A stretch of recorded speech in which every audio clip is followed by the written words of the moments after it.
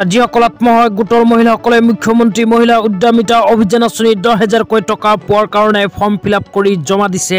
সেইসকল আত্মসহায়ক গোটৰ মহিলাসকলে ভিডিঅ'টোত ক্লিক কৰিছে যদি অনুগ্ৰহ কৰি ভিডিঅ'টো স্কিপ নকৰি প্ৰথমৰ পৰা শেষ লৈ চাই থাকিব, কিয়নো আত্মসহায়ক গোটৰ মহিলাসকলৰ কাৰণে আহি গ'ল এখন ডাঙৰ আপডেট।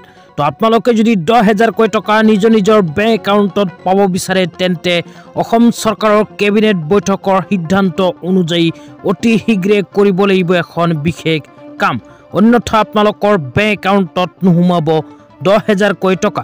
তো 10,000 কোটি টকা আপোনালোকৰ বেংক একাউণ্টত পাবলৈ কি কাম কৰিব লাগিব এইটো ভিডিঅ'ৰ মাজত আপোনালোকক বিস্তাৰিত জনাই দিম। অনুগ্ৰহ কৰি ভিডিঅ'টো স্কিপ নকৰি প্ৰথমৰ পৰা শেষ লৈ চাই থাকক। তো আপোনালোকে মোবাইল স্ক্ৰীনত চাব পাৰিছে, আপোনালোকে যদি 10,000 কোটি টকা নিজৰ বেংক একাউণ্টত পাব বিচাৰে তেন্তে এনেকুৱা এখন ফৰ্ম অতি শীঘ্ৰে ফিলআপ কৰি জমা দিব লাগিব। তো ফৰ্মখন কেনেকৈ ফিলআপ কৰিব প্ৰথমে জনাই আছো, তাৰপিছত জনাম ফৰ্মখন ক'ত পাব আৰু কিয় ফিলআপ কৰিব লাগিব। ইয়াতে প্ৰথমে লিখা চাব পাৰিব দ্য ব্ৰাঞ্চ মেনেজাৰ ডেছ ব্ৰাঞ্চ। তো ইয়াতে আপোনালোকে নিজৰ বেংক একাউণ্টখন যোনখন ব্ৰাঞ্চত বনাইছে সেই ব্ৰাঞ্চৰ নামটো প্ৰথমে লিখি দিব। তাৰপিছত ৰাইট সাইডে লিখা চাব পাৰিব ডেট। তো ইয়াতে আপোনালোকে ফৰ্মখন যোনদিনা জমা দিব সেই দিনাৰ ডেটটো লিখি দিব। তাৰপিছত অকণমান তলত লিখা চাব পাৰিব বেংক একাউণ্ট নাম্বাৰ।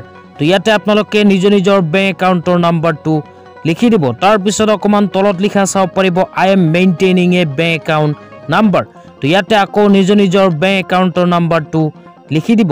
তো এইখিনি লিখাৰ পিছত তলত চাব পাৰিব 4টা অপশ্যন। তো ইয়াৰ মাজৰ পৰা দ্বিতীয় নম্বৰত লিখা চাব পাৰিব map it at NPCI two enable me receive direct benefit transfer.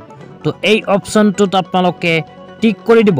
তাৰপিছত অকণমান তলত লিখা চাব পাৰিব আধাৰ বাই UDI নাম্বাৰ। তো ইয়াতে আপোনালোকে নিজৰ আধাৰ কাৰ্ডৰ নাম্বাৰটো লিখি দিব। তাৰপিছত অকণমান তলত লিখা চাব পাৰিব name of the Aadhaar holder as in Aadhaar card. তো ইয়াতে আপোনালোকে নিজৰ নামখন লিখি দিব।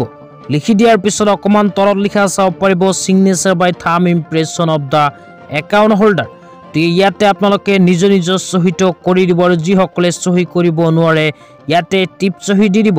দিয়াৰ পিছত তলত আপোনালোকে আকৌ নিজৰ নামটো লিখিব, তাৰপিছত মোবাইল নাম্বাৰ লিখিব, তাৰপিছত ইমেইল যে লিখা আছে এই ঠাইত আপোনালোকৰ ইমেইল এড্ৰেছ থাকিলে সেয়া লিখি দিব। তো এইখিনি কৰাৰ লগে লগে ফাইনেলি ফৰ্মখন ফিলআপ কৰা হৈ যাব। তো ফৰ্মখন ফিলআপ কৰা হোৱাৰ পিছত এইখন ফৰ্মৰ লগত আপোনালোকৰ আধাৰ কাৰ্ডৰ জেৰক্স কপি আৰু বেংক একাউণ্টৰ পাছবুকৰ জেৰক্স কপি সহ আপোনালোকৰ বেংক ব্ৰাঞ্চত গৈ ফৰ্মটো জমা দিব। তো বেংক ব্ৰাঞ্চত গৈ ফৰ্মখন জমা দিয়াৰ লগে লগে আপোনালোকৰ বেংক একাউণ্টৰ লগত আধাৰ কাৰ্ডখন লিংক হৈ যাব। তো বেংক একাউণ্টৰ লগত আধাৰ কাৰ্ডটো কিয় লিংক কৰিব লাগিব এতিয়া আপোনালোকক জনাইছোঁ। তো অসম চৰকাৰে মুখ্যমন্ত্ৰী মহিলা উদ্যমিতা অভিযান আঁচনিৰ 10,000 কোটি টকা প্ৰদানৰ বাবে যিখন কেবিনেট বৈঠকত সিদ্ধান্ত গ্ৰহণ কৰিছিল সেই কেবিনেট বৈঠকৰ সিদ্ধান্ত অনুযায়ী প্ৰথম চৰ্তটো হ'ল আত্মসহায়ক গোটৰ মহিলাসকলৰ বেংক একাউণ্টৰ লগত আধাৰ কাৰ্ড লিংক থাকিব লাগিব।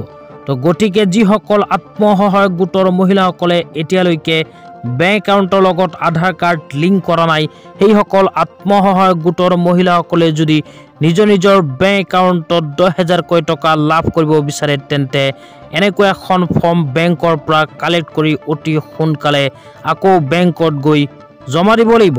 তো আজি ইমানেই, ধন্যবাদ।